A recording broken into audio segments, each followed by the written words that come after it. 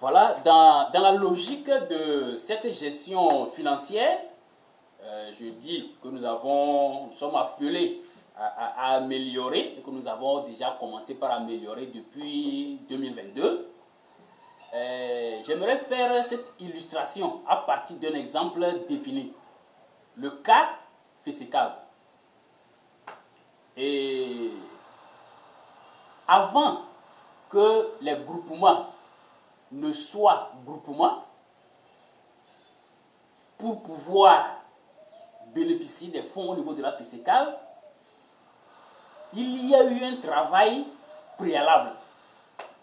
Ce travail consiste en la constitution. On ne se lève pas un beau matin et puis on décide en l'air et puis on devient groupement. Voilà. Il faut des processus. Il faut la constitution. Il faut se mettre ensemble. Et il faut avoir des principes d'action ensemble. Il faut avoir des formations. Il faut rédiger les textes. Il faut les imprimer et tout. Et aller jusqu'aux immatriculations. Puisqu'on y a été. C'est un exemple bien précis. Voilà. Tout ça nécessite des fonds.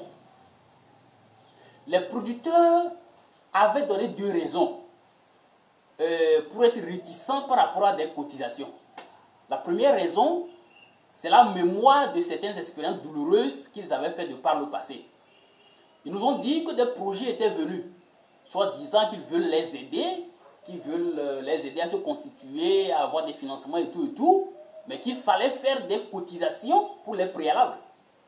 Et dans la confiance, ils ont eu à faire de cotisations et ces tenants de ces projets-là ont fui avec leur argent.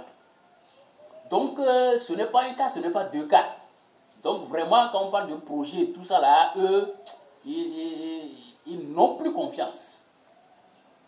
Au-delà de cette version, il y a ceux-là qui soutiennent, ou bien qui ont soutenu que la façon dont on a détaillé, on a expliqué les choses, qui sont vraiment intéressés, ils se disent que ça pourrait être autre, ça pourrait être bon, ça pourrait être de nature à les faire vraiment avancer.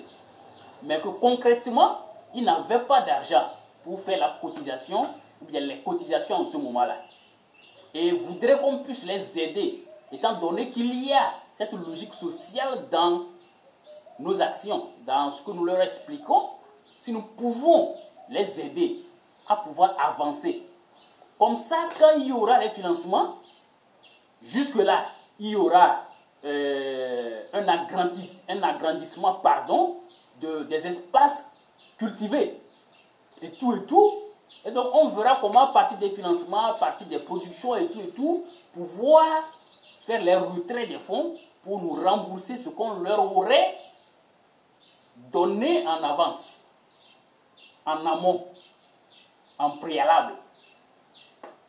Donc tout ce qui concerne adhésion, part sociale, les documents, les déplacements, les techniciens et tout, c'est nous qui avons supporté. Dans l'intention de les rassurer, dans l'intention de faire en sorte que le cluster en construction, la chaîne de valeur en construction, puisse pouvoir avancer.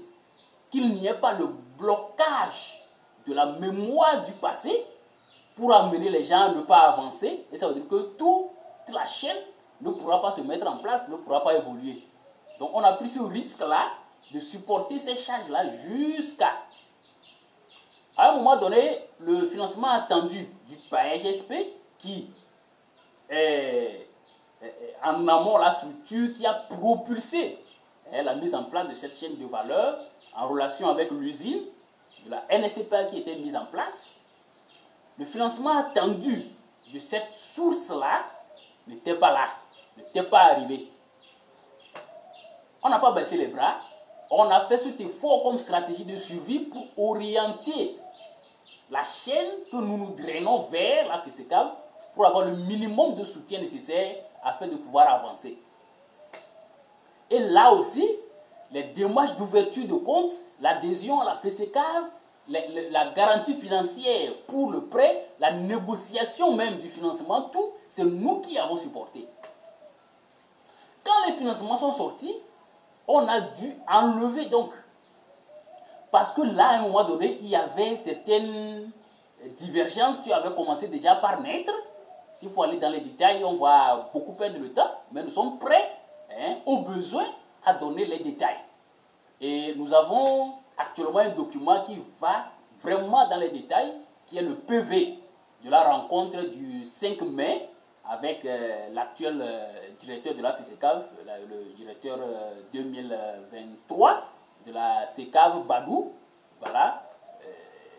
Avec Aeche, on a eu cette rencontre. Il y a un PV où tous les détails sont donnés.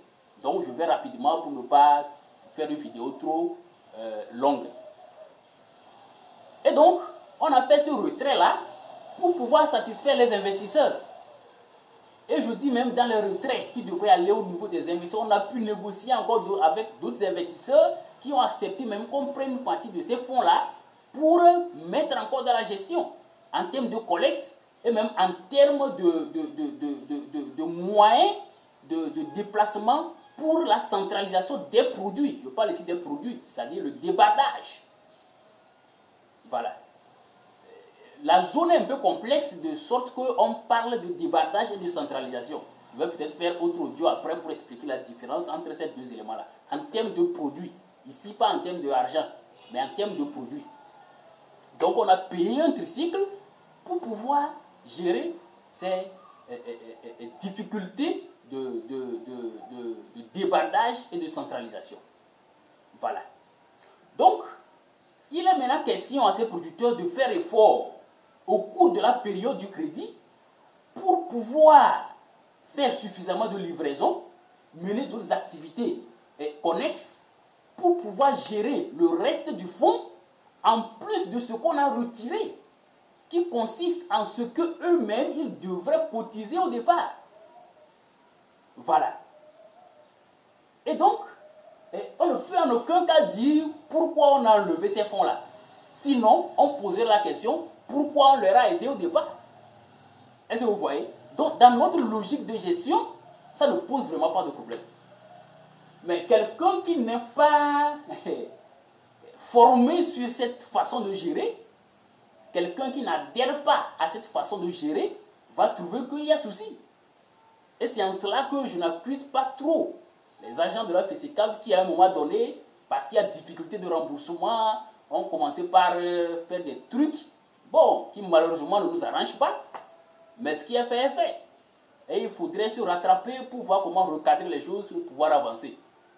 Pour que ce qui a corrigé à tous les niveaux puisse être corrigé et pouvoir avancer, au lieu d'être là dans un tourbillon pour disloquer tout le réseau qui est en construction aux frais de beaucoup de sacrifices intellectuels, physiques, émotionnels et tout et tout. Donc vous voyez un peu, jusque-là, c'est la gestion financière. Dans une certaine logique. Il n'y a rien de vol là-bas, il n'y a rien d'escroquerie là-bas.